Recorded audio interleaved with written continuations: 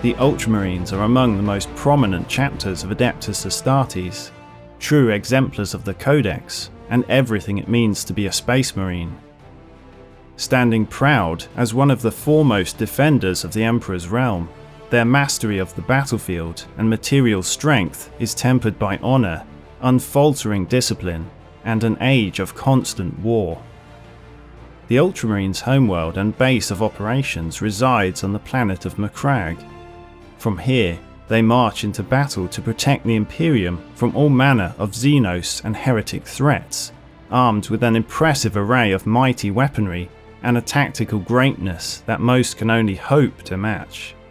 The Ultramarines use their strategic superiority to exploit these tools of war to their fullest, defeating their enemies and emerging victorious time and again. Through adherence to strict combat doctrines and discipline, the Ultramarines outmaneuver and outfight their enemies on every front. They are able to swiftly change their combat strategy to counter and neutralize their enemy's every move, while delivering precision strikes that can end most battles before they have truly begun. When the Emperor began his Great Crusade to unite all of humanity under one banner, following the Age of Strife, he marched out with the most incredible fighting force the galaxy had ever seen, the vast legions of Space Marines. These powerful armies of enhanced superhumans were engineered from the genetic material of one of the Primarchs. As a result, each legion took on the unique traits and characteristics of their gene father. The Ultramarines were the 13th Legion.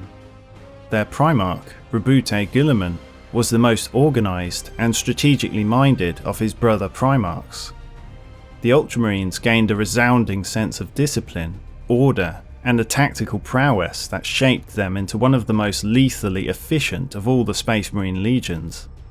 Guilliman's unwavering loyalty to the Imperium would create a lasting impression on his sons, helping to shield them against the corrupting whispers of the Dark Gods during the era of the Horus Heresy. As the events of the War Master's betrayal unfolded, the now traitor legions who chose to side with Horus launched a full-scale assault on the Imperial Palace on Terra. During one of the bloodiest conflicts in Imperial history, the Ultramarines were occupied fighting to defend the system of planets that make up the Realm of Ultramar. Thanks to the workings of the Wordbearers and the World Eaters, by the time the Ultramarines arrived on Terra, the battle had already concluded. Roboute Guilliman was stricken with remorse, as his noble sons were not able to lend their weight of fire to protect the Emperor in his darkest hour. In the wake of the Horus Heresy, Guilliman decreed that all Space Marine legions would be broken down and divided into smaller 1,000-man chapters. This new structure would be governed by the teachings of the hallowed Codex Astartes. The implementation of the Codex was in response to the horrific events of the Imperium's apocalyptic civil war, and was written to ensure that such a terrible nightmare could never befall mankind again, and that no one individual could find themselves in command of such a large military force.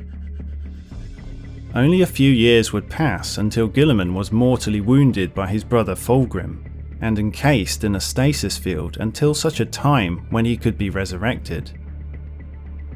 10 millennia later, the time arrived, and Roboute Guilliman would be reunited with his chapter once again. Upon his return, Guilliman discovered that his efforts with the Codex Astartes had failed to prevent the long war from engulfing the Imperium.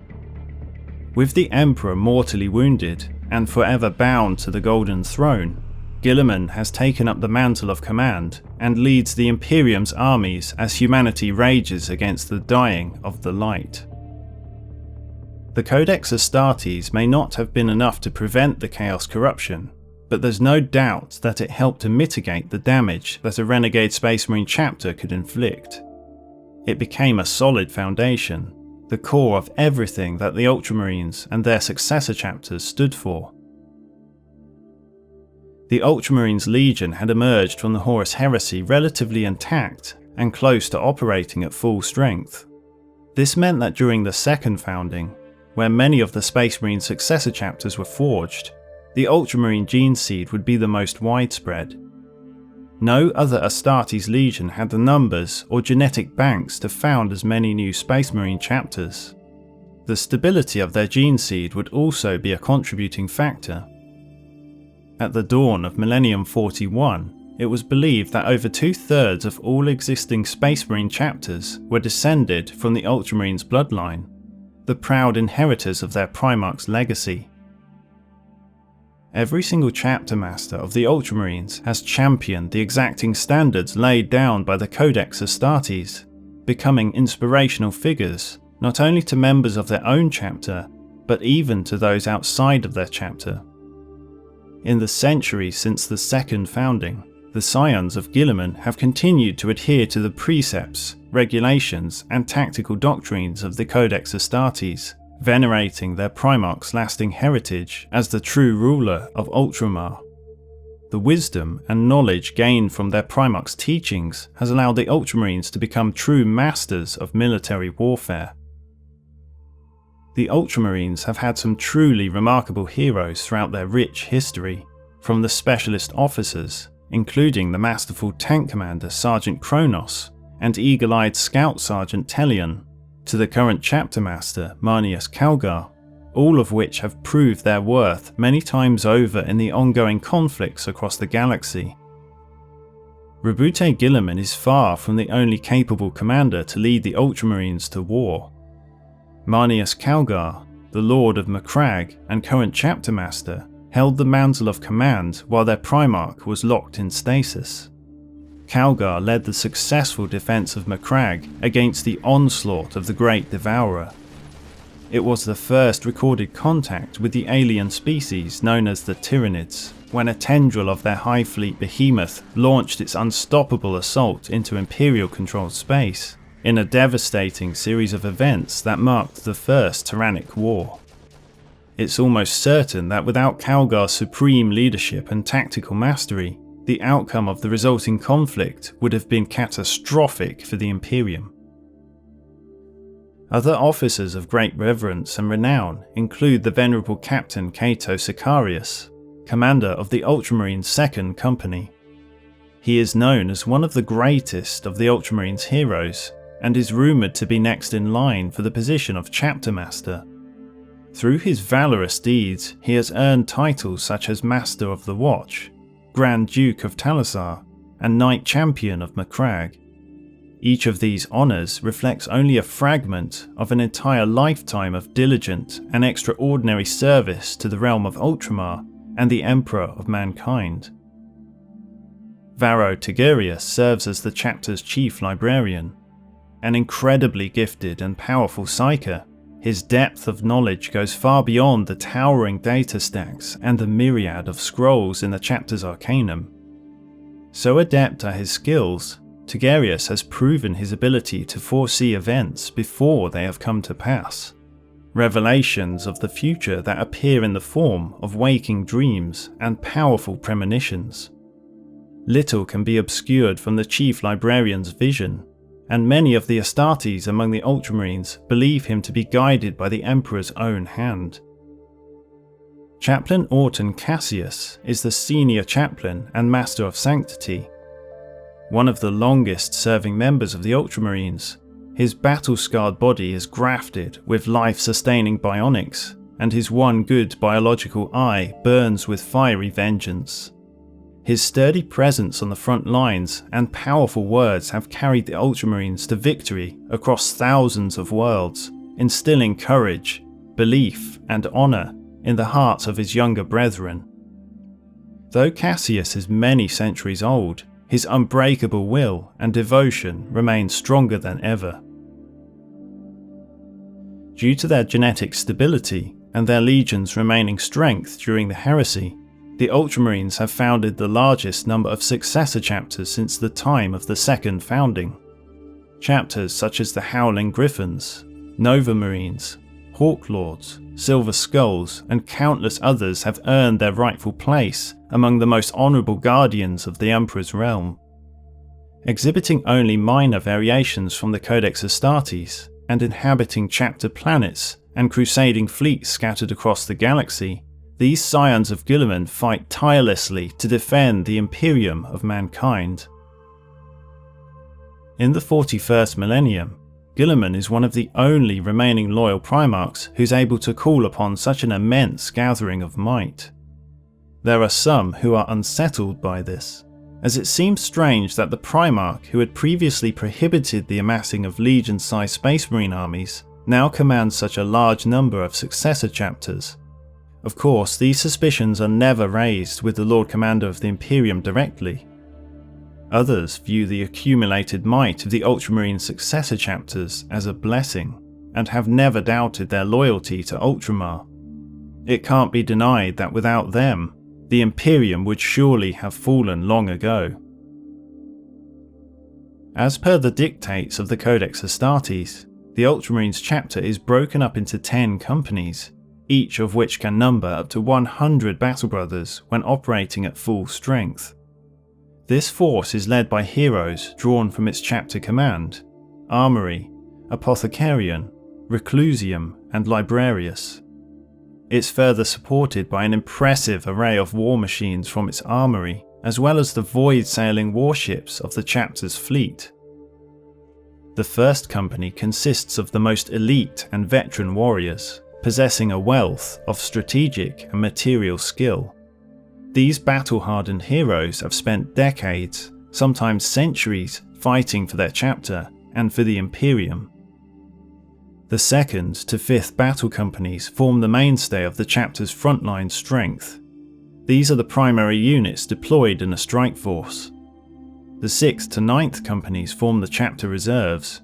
It's their duty to reinforce the main battle companies as casualties are suffered. They can also be deployed alongside the main battle companies should the situation demand additional strength. The 10th Company is responsible for reconnaissance and scouting operations, and consists of neophyte scouts, along with a standing force of specialised vanguard units. While some Space Marine chapters have control over a single homeworld, the Ultramarines are the rulers of an entire stellar empire, known as the Realm of Ultramar, that spans across a portion of the eastern fringe. During the Emperor's Great Crusade, this region was home to over 500 worlds, and although some have been lost to war or catastrophic events in the intervening years, much of the Realm of Ultramar still remains intact. Long since before the days of the Second Founding, the Ultramarines have always maintained a close relationship with the population of planets surrounding Macragge, who have supplied young recruits to replenish losses the chapter has incurred over the millennia of war. In addition, the worlds of Ultramar have supplied raw materials, armaments and spacecraft in exchange for continued protection from the horrors of the galaxy, traditions that have been maintained ever since. This vast and sprawling region of space is unique among Astartes' domains. It encompasses an entire subsector of Imperial space, including many star systems, each containing its own worlds and established governments loyal to the chapter. The neighbouring worlds in the Ultramar system share their heritage with Macragge, which has led to similarities in traditions, architecture and planetary government. Using the governmental system set in place by Roboute Guilliman, the citizens of Ultramar are well disciplined, productive and loyal. The most heavily populated worlds are able to function in a self-sustaining manner, with little reliance on imperial trade. As a result, Ultramar has become a wealthy empire with few instances of rebellion or uprising, a unique position in an otherwise war-ridden galaxy. Ultramar has its own impressive battle fleet of Imperial Navy vessels that ensure void supremacy and control over the entire region, a fleet that rivals many of the Imperium's greatest war fleets. In addition, the Ultramar Defense Auxilia maintain a garrison presence on each of its worlds and are well trained and well equipped, as we would come to expect from the Ultramarine auxiliary forces. Macragge is perhaps the most important world of the Ultramar system. It was the very planet that Roboute Guilliman found himself after the mysterious events that led to the scattering of the Primarchs. Guilliman would then go on to mould the planet into a shining hub of civilization and material might, even before the Emperor's arrival to bring him back into the Imperial fold. And so it has remained, for over 10,000 years. Macragge, the Jewel of Ultramar, has stood resolute as one of humanity's greatest strongholds. The surface of Macragge has been carefully shaped and regulated by a system of Guilliman's devising. A division between fertile agriland, magnificent population centres, industrious manufactorums, and redoubtable defence fortifications. The Ultramarines themselves oversee the maintenance and operation of their fortress monastery, the Fortress of Hera, at the heart of the planet's capital city. Further fortifications are located at strategic points around the equator and at the planet's poles.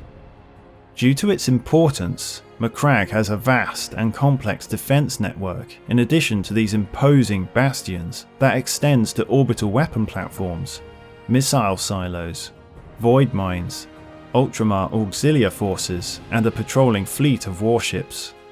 These heavily fortified defence systems guard every conceivable approach to Macragge. Many hostile forces have assaulted the Ultramarines' homeworld over the centuries, and some have even made planetfall, but none have done so without severe punishment. Even before the coming of the Noctis Eterna, Ultramar faced a series of dire threats. Tendrils of Tyranid hive fleets, Orc invasions, and the ever-looming threat of chaos, which has only intensified since the opening of the Great Rift. Ultramar is a realm beleaguered, beset on all sides, yet still it stands strong and remains defiant.